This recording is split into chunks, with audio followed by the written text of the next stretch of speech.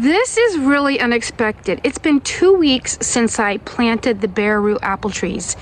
They literally look like just dead twigs when you get them. But look at this. Hey, we're going to get blossoms on this tree. This one is the Enterprise, but that's just so crazy. I did not expect blossoms on this tree. It's very late in the year for blossoms, but we'll take them.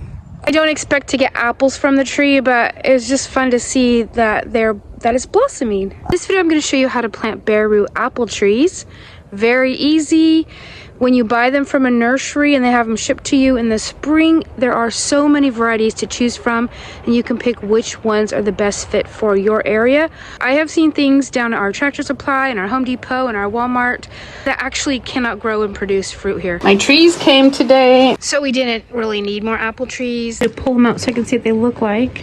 There's 3 behind me, and over in front of me there's 3, I think. So my mom really wanted a Honeycrisp. And when I was looking at them, I could get this bundle, which the Honeycrisp ripened here in September. And then in the bundle, there was one that ripened into September, October. And then the last one ripened more into November. It's more of a pie apple. So I just got all 3. This is what they look like. I need to get them planted as soon as possible. So I don't think that's going to happen today, unfortunately. My son cleared a spot here. This was all briars. Thankfully, the ground is really easy to dig. I'm hoping it's high enough that the tree does just fine, and the tree's not living like in a little lake for months at a time. We have a problem here with the land being really swampy in the winter. I've got an awesome helper today. She's digging up a storm. I'm gonna go get the apple tree and see if this is deep enough. This shipment of trees came about 4 days ago, and online it says, I already opened it and checked them out. Online it said that they can last in this box about 10 days as long as you keep their roots covered so they don't dry out, and keep them in the box with it closed but loose so that it has good airflow. Let's get these out of here. They're starting to break dormancy. I ordered an Enterprise, a Spartan, and this one down here is a Honeycrisp. I don't want the root ball to dry out at all. While I'm getting the holes ready, I'm going to place the root balls in water in a bucket in the shade and pull them out one at a time to plant them. They do need to stay wet until they get planted.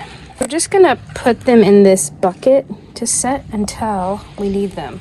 This big one is called an Enterprise. The graft is this bump. We want to plant it above the soil. The hole's not quite deep enough. In the meantime, these roots need to be kept moist. Okay, we're giving this one its own bucket until we can get a hole ready for it, which will only take a few minutes. Let's put this one in here.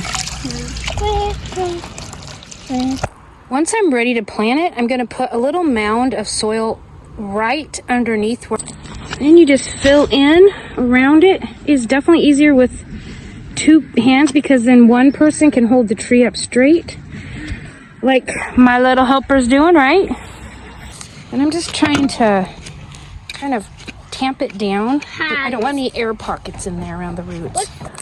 Okay, I've got it in the dirt. Now I'm gonna give it a big drink of water with a couple gallons of water. This dirt is nice and wet still, but I'm still gonna give it a nice good water. And a nice drink of water. If you plant a tree and you notice the soil level goes down significantly when you water it, that just means there were pockets of air down there and it's filling down, and you'll just add more soil to the top to get to the level that you want. I'm taking the box that they came in. I already took the tape off, and there were some staples holding it together. I took all those out.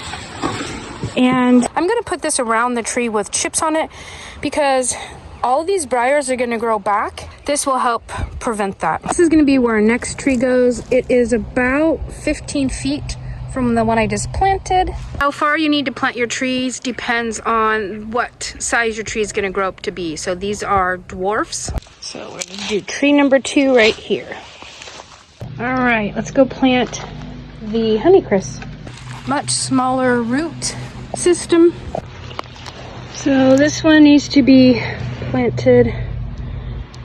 So this one doesn't need to be real deep. I just need to make my mound. Okay, so I have it mounded. I'm just going to fill in on top of the roots now. I'm just breaking up all the quads as I put them in. That's a chicken treat.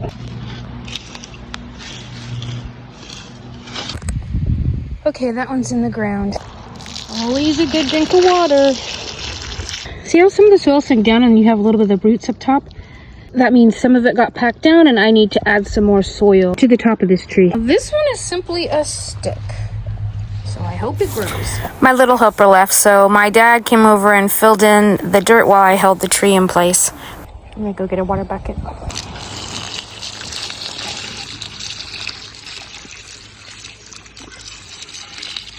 We have this big mess to deal with. I'm gonna be raking the briar pile over here so I can get this completely cleared up and fenced off. We have deer and elk, so I need to protect the trees from getting eaten, as well as once we let our chickens out in this area, I don't want them digging and scratching around the new fruit trees. I need this all cleared up.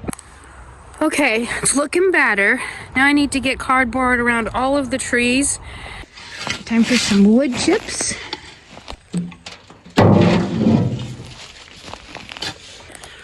Okay, the first one has been covered with mulch.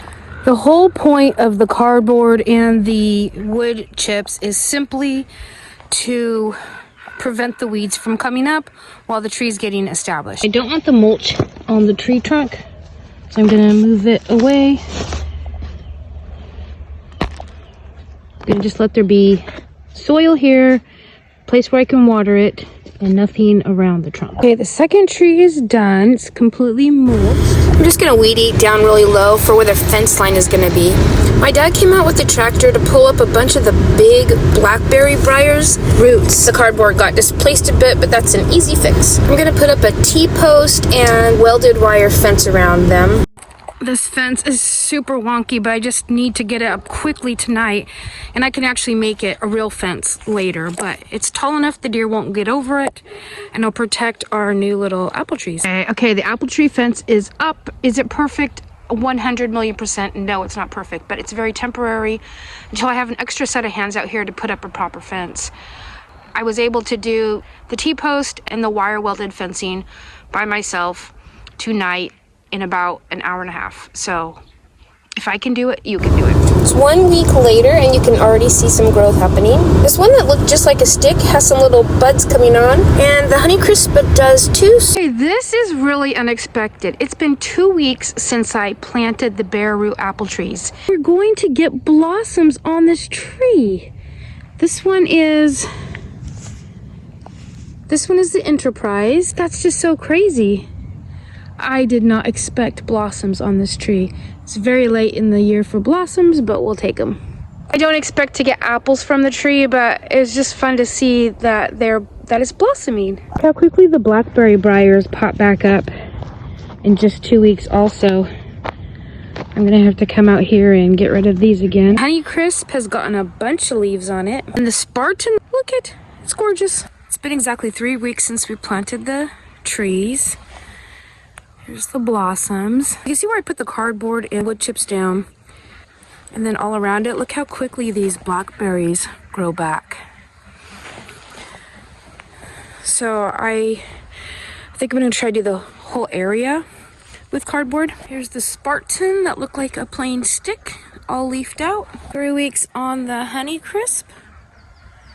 Looking nice. I'm gonna come through here and chop all these down, and then as I collect cardboard, I'm gonna lay cardboard out here so that I don't have to deal with these guys.